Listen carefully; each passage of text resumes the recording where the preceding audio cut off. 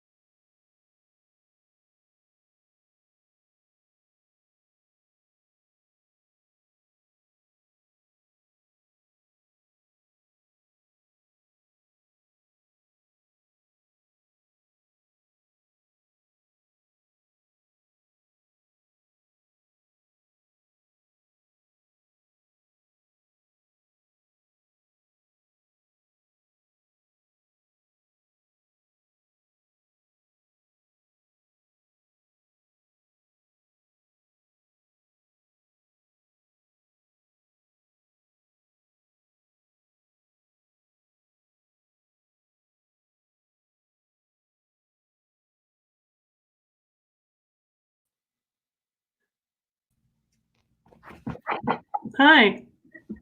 Hi, everyone. Awesome. Looks like you and I are here at least, so that's a good starting point. Good starting point. Okay, we are live. Amazing. Take it away, Mary. So Danielle and I wanted to check in with you. Tonight we're going to cover some of the main points, just more or less a review, talk about mentor sign up for tomorrow, go through the judging criteria, and just a few things we want to highlight as you continue to work on into the evening. Awesome. So judging criteria, it's really good. Even though we've gone through it, we went through it yesterday, it's really good to go through it at this point, at this stage, as you start work on your projects for the evening. And this will highlight some of the things that you want to take care of as you put your deck together for tomorrow. And it's, again, these slides will all be made available in the resources channel. But the first thing we want to go through with the judging criteria are the how does the judging work? So again, the judging will take place in 2 rounds. So in the first round, you're preparing a 3-minute video of your pitch, and you're going to submit that. The deadline is 1:40 p.m. Eastern Standard Time.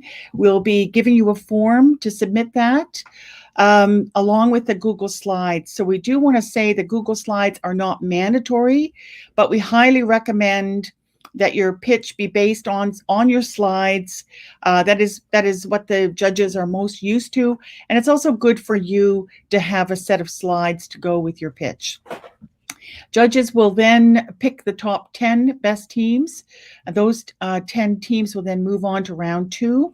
And so judges will announce the top 10 teams at 3:30, and the final 10 teams will present at 4 p.m. Eastern Standard Time. Awesome. And I just wanted to jump into and just reiterate that 1:40 p.m. tomorrow EST is a hard deadline. We're turning things around really quickly, so if we do not have your submission by then, it will not be reviewed by the judges. So please take that deadline very, very seriously. Actually, think of it as being 1:30. That's probably the safest. Exactly. Way to think of it. So the judging criteria, this is just giving you an outline. So keep in mind that there are 5 criteria. So for those of you who've been at previous startup weekends, we always had 3 main criteria. There are 5, and we'll go through each in a little bit more detail. So the first one, problem and impact.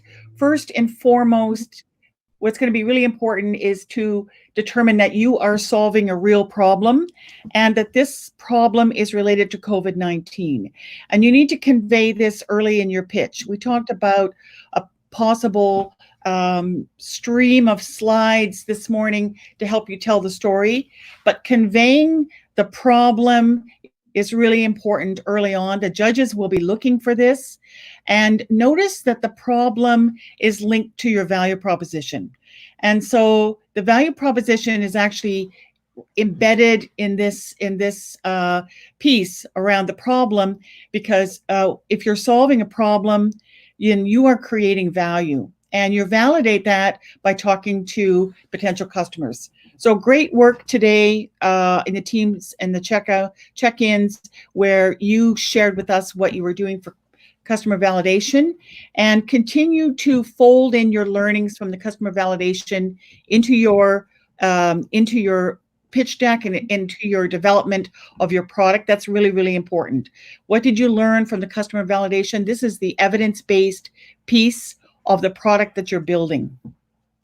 And so you can think of the problem as really, if you can solve that problem, that represents an opportunity.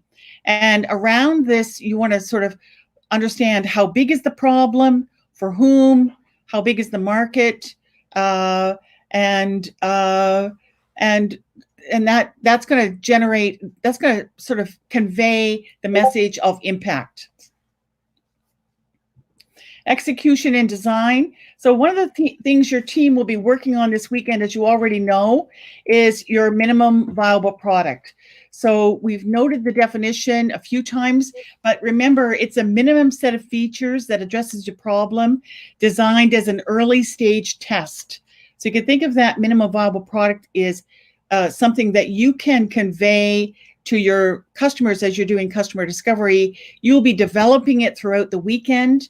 And by the time you pitch tomorrow, it should really help convey to the audience what it is that you're working on, how it will work, how it's been designed. And even if that's a diagram or a schematic of how your product or service, all the pieces and how it fits together, it should clearly show the audience and the judges what it is that you're doing and how it's going to work. This will be really important for your videos because judges will be picking the top 10 based on their understanding of what it is that you're building. And the next piece, also really important, originality. So Startup Weekend is really about building something from the ground up, and your solution should be original. And if it's a new solution, or it can be applying existing solutions to a new and innovative way. When we think of an innovative solution, the novelty must be present. Your idea cannot be something that already exists, and it cannot be something that you built prior to coming to Startup Weekend. And think about the final solution, your final solution. Does it already exist? And if it exists and somebody's doing something similar, you want to convey that when you talk about the competition, but you want to highlight how your product or your solution differs. And that's going to be important as you set yourself apart and you differentiate. So originality is also linked to your competitive advantage. And feasibility, also really important. So ask yourself the questions, is it feasible? The judges will be looking at this. Is it realistic? Can it be built and launched within a few months? Questions like, is it legal under the current legislation and policy? What are the impediments? Does it require years of testing or clinical trials? Does it require rare materials? Does it require major legislative challenges? It should be possible to build and launch the project within a reasonable timeline. And as you see in this slide, they're talking about a few months. However, there are exceptions if it's a particularly impactful solution that will impact a lot of people and have long-term perspective, then they can think of that being rolled out over a longer time period. And something to think about, other things to think about here in terms of feasibility, what are the impediments? Are there regulations in terms of safety? Is there something that you have to overcome in terms of standards? Or is there insurance considerations? Are there privacy issues that you have to think about? So these all come down to feasibility, things you have to think about, and how you're going to be able to overcome some of these pieces. Okay, and lastly, the business model. So this is what separates Startup Weekend from a hackathon or a coding event. Businesses coming out of Startup Weekend must be couched in a sound business model. So this means you must have clearly defined customers, value proposition, sort of a clear description, a clear understanding of how you create value for your customers. And again, coming from your customers' perspective, that this is what they've told you. It's very, very powerful. You must understand the revenue model. How are you going to make money? What does that look like? Is a recurring revenue stream, such as a subscription service? How you're going to enter the market? How you're going to continue to grow your market base? And so all of the 9 squares in the business model canvas should be considered by your team, and you should be able to fold that into your presentation. And think about the rollout strategy as well. So where you want to be in 6 months from now, a year from now. So those are the sort of the key judging criteria. And again, very important to think about them as you start building things tonight, continuing to put together your story. It's worthwhile starting to even do an early mock-up of your presentation for tomorrow. Awesome. Thanks, Mary.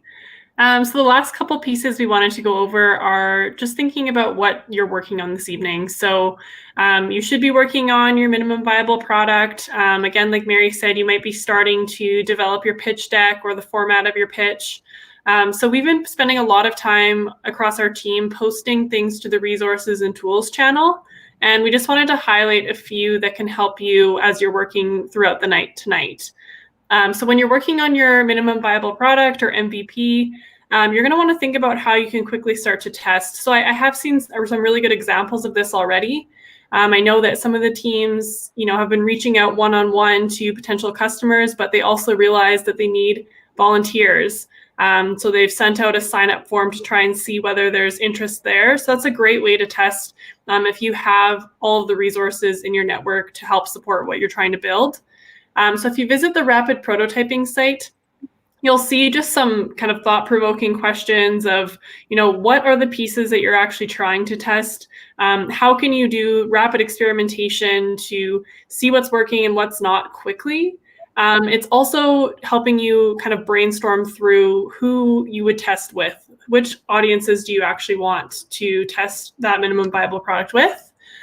Thinking about wireframe solutions. So we did mention this yesterday as well, but if you don't have someone who's highly technical on your team, that is 100% okay. You're trying to accomplish a lot in one weekend. So like having your tool be functional on the back end is not a priority. That's not what the minimum viable product is. So some of the solutions that we've pointed out, one is Balsamiq, the other is Figma. So going on there and just being able to show a mock-up of what your product would actually look like on the front end, how it would look functionally, because again, you're trying to show that, problem solution fit. Like, is this actually, like, based on the validation work that you did today, is what you've designed actually what your customers want? Is it something that they would be excited to use? Does it actually solve the problem that they addressed in all of those validation conversations that you've been having? So please go check out that channel. There's lots of more tools out there. So if you have any to share, obviously let us know. If you have any questions about the tools, our team will do our best to answer as best as we can. So again, use that Ask Me Anything channel to get our feedback on those pieces. So the other thing you'll want to be working on is mastering your pitch. I know there was a bit of confusion this afternoon about workshops, how do I join? How do I get involved? Techstars has put together this amazing toolkit of resources that you can access at any time. So the link here is just one link to a, quote unquote workshop. And essentially this is just, they've brought in speakers and experts to go through these different types of topics with you. So if you're feeling stuck on any piece today, tomorrow, go visit that toolkit, because the ones that we shared this morning and the ones we're sharing now is just a few of a massive library of video content that you can watch and use to help inspire some of your decisions moving forward throughout the weekend. The next two pieces that we have, so the Founders Institute has several different pitch template examples, based on different lengths of the pitch, based on different audiences. So I definitely recommend taking a look at those templates and, kind of packaging the best of them into your 3-minute pitch. And then Guy Kawasaki's guide, it's the only 10 slides that you need. So typically for a full 5-minute pitch at a startup weekend, we recommend following this template pretty much to a T. That being said, you do only have 3 minutes. So evaluate what's in that deck, what's in all the other resources that you're looking at, and what are the messages that you want to convey that really align with that judging criteria. So we've had tons of questions about, are slides mandatory? Like Mary said, no, they're not. What do you need to include? We're not telling you what needs to be in there, but what we're doing is providing you with two things: criteria so you know what types of questions the judges are going to be looking to answer. And 2, we're providing you with resources of kind of the best in terms of pitch templates and options for you to look at and bring those together into something that really works well for your 3-minute pitch. So keep those things in mind. Again, all of those are posted on the resources and tools channel. And this is the last slide where we're going to spend the majority of our time. So a lot of you have had mentor signups throughout this morning, and the meetings are going well, but we're having a lot of technical challenges, and really a lot of that is around Zoom. So to start, you will have mentorship tomorrow, so that will happen between 10 a.m. and noon EST. The form will be distributed on 2 different channels on Discord. That will be shared at 8 p.m. and it will be shared on the I Need Mentorship channel as well as the announcement channel. So you will need to go there to sign up for your mentorship slots. And the one piece that you absolutely need to pay attention to is the Zoom meeting room number. So with this, we've shared a couple tips for etiquette. So if you go to the I Need Mentorship channel, and you actually search or look at the pinned posts. So if you go to the top of that channel, you'll see a little push pin. Click on that, view the pinned posts. There you'll see some instructions, including screenshots of how to ensure that your Zoom room is set up properly. So the first thing you want to do is make sure that the Zoom room is set to having no meeting password required. So remove that checkbox. The second thing you want to do is make sure that there's no waiting room. And the reason for this is because you're going to be engaged in your conversations with your mentor. Maybe you're even engaged in a team brainstorming session and you might not see that a sub-facilitator or a mentor is waiting in that room to join. And you're wasting valuable time on both of your sides. So get rid of that. It makes it easy for us to pop in and check on you. Also make sure that if you know that maybe the member of your team who set up the room is not going to be there for whatever reason, and this is just a good thing to do as a precaution, but check off or uncheck the box that says allow people to join before the host arrives. So again, you're just putting all of these measures in place. So basically you've created a Zoom room so people can flow and come back and forth with no problems. So to repeat that, the room number that you put in the form tonight, that is the room where the mentors will be waiting for you tomorrow. So if you are not in that room, this is just where you need to be. So we need to be respectful of these mentors' time. We're all navigating all of this new technology, but the thing is they're going to be waiting for you and they want to access that room. So do not change accounts. The room you commit to in that form tonight is the room you must be in tomorrow. I'm going to add one more thing, Danielle. Just a reminder that if you book a mentor meeting at a certain time, the mentor will be showing up and you will not receive a confirmation from us. So the time that you request, there will be a mentor there because we're matching mentors. Mentors are keen to meet with you. So you won't be receiving a confirmation from us. It's important that you be in the room and that your room be set up so that the mentor can enter. Awesome, thanks. So the last piece that we'll say kind of before we log off here is just that we will have a brief check-in tomorrow morning at 9 a.m. So we'll share those details in the announcements channel. The other piece is that don't forget that the slides will be posted. So we've shared a link to a Google Drive folder last night. We've continued to share it through the announcements and the resources and tools channel. We recommend that you actually bookmark that folder so that you can just revisit it every time we add slides to it. So we'll add those shortly and notify you when that's done. You can obviously rewatch this video from the start through the YouTube channel. And don't forget about the selfie contest, most importantly. So, go check out the pinned post on the Just for Fun channel, which includes the instructions. And you could get that status of winner, winner, chicken dinner tomorrow morning. So we'll be announcing the winner there who was most creative. Anything else that I'm missing, Mary? I can't think of anything. I think we covered it. Okay, awesome. Well, then in that case, we'll let you all get back to work. And we are all available for you on Ask Me Anything after this if you have any questions. Thank you. Thank you. Great job, guys.